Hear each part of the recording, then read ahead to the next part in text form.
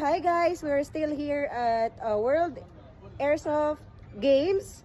So, nandito yung grupo ng drag. Tapos, ano sila? Combination ng T-Rex at saka Raptor. So, they are waiting or fight for champion on Saturday, guys. So, mag-interview tayo sa team captain nila. Hi, mabuhay mga kabayan.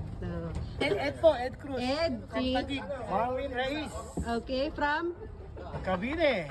Lloyd, aka Grey Wolf, Laguna. Laguna. Si Sir? Prem G from Naga City. Okay, si I Sir? am from Naga City. Naga City. So, hi, ayan sila.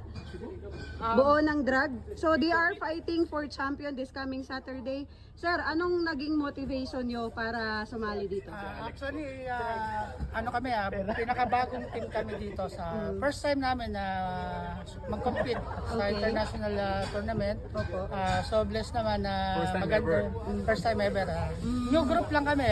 Wala pa kaming 1 year na magkakasama. Pero naglalaro na kayo sa Yes, Pilipinas? naglalaro ko. No, dito lang po. Dito lang talaga.